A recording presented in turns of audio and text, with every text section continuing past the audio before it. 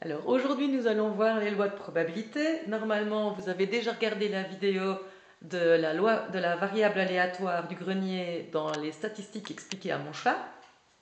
Et nous allons faire aujourd'hui la page 4 et la page 5 du cours. Alors nous allons commencer les lois de probabilité. On peut voir que on va avoir les événements comme ceux que nous avons vus dans le chapitre de probabilité. On a l'univers des événements. Par exemple, un événement, si je joue au dé, c'est de tomber sur le 5. Un autre événement, si je joue au dé, ça pourrait être faire un résultat pair. Encore autre chose, si je joue aux cartes, c'est avoir 3 cœurs dans un jeu de 52 cartes. À cela, on va associer une variable aléatoire. La variable aléatoire, c'est un nombre. Alors, par exemple, je vais dire que si le dé arrive sur 5, je vais avoir 3 points. Si le dé est pair, je vais avoir 1 point. Ou bien, si je joue aux cartes, par exemple, je vais gagner 2 € si jamais j'ai 3 cœurs dans un jeu de 52. Ensuite, il va falloir calculer la probabilité d'obtenir ces résultats. Et donc, par exemple, ici, puisque j'ai un dé normal, normalement j'ai une chance sur 6 d'obtenir le 5. Ici, si je veux des paires, j'ai 3 paires sur 6, donc j'ai une chance sur 2 d'avoir un nombre pair. Ici, c'est pour ça que je vous ai demandé de revoir la combinaison, l'analyse combinatoire. Si je veux un jeu de 52 cartes, la probabilité c'est d'avoir 3 cœurs, il y a 13 cœurs dans un jeu de 52 cartes, divisé par l'univers qui est donc 3 cartes hors de 52. On va déjà voir un exemple avec le cas d'un dé équilibré.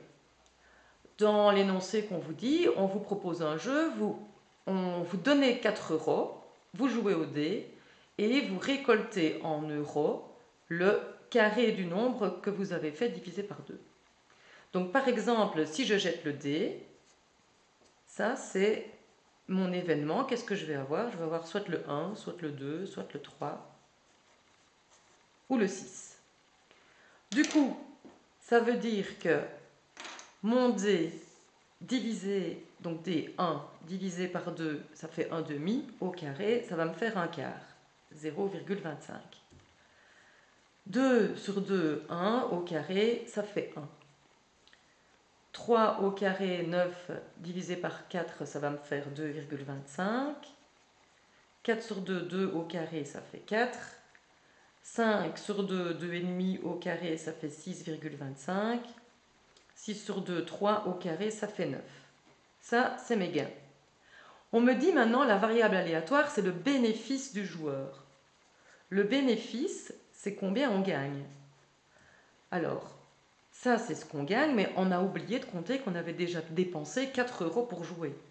Donc, en gros, qu'est-ce que va être mon bénéfice ici? En gros, je perds 3,75 €, puisque je donne 4 € pour jouer et puis je gagne seulement 25 centimes. Ici, mon bénéfice est de moins 3. Ici, mon bénéfice est de moins 1,75. Ici, mon bénéfice est de 0, puisque je donne 4 et je reçois 4. Mon bénéfice sera de 2,25 et ici, mon bénéfice sera de 5 €. Ensuite, on fait la colonne des probabilités. J'ai donc une chance sur 6, une chance sur 6, une chance sur 6, une chance sur 6, une chance sur 6, une chance sur 6. Au total, j'ai 100% de chance d'avoir un numéro.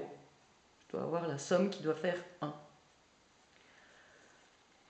Ceci, c'est ce qu'on appelle la loi de probabilité. Donc le tableau qui associe à l'événement une variable aléatoire qui associe une probabilité.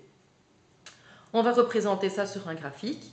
Le graphique où on a la probabilité en ordonnée, où on a la variable aléatoire en abscisse. Mes variables aléatoires, je vois qu'elle va jusque 5.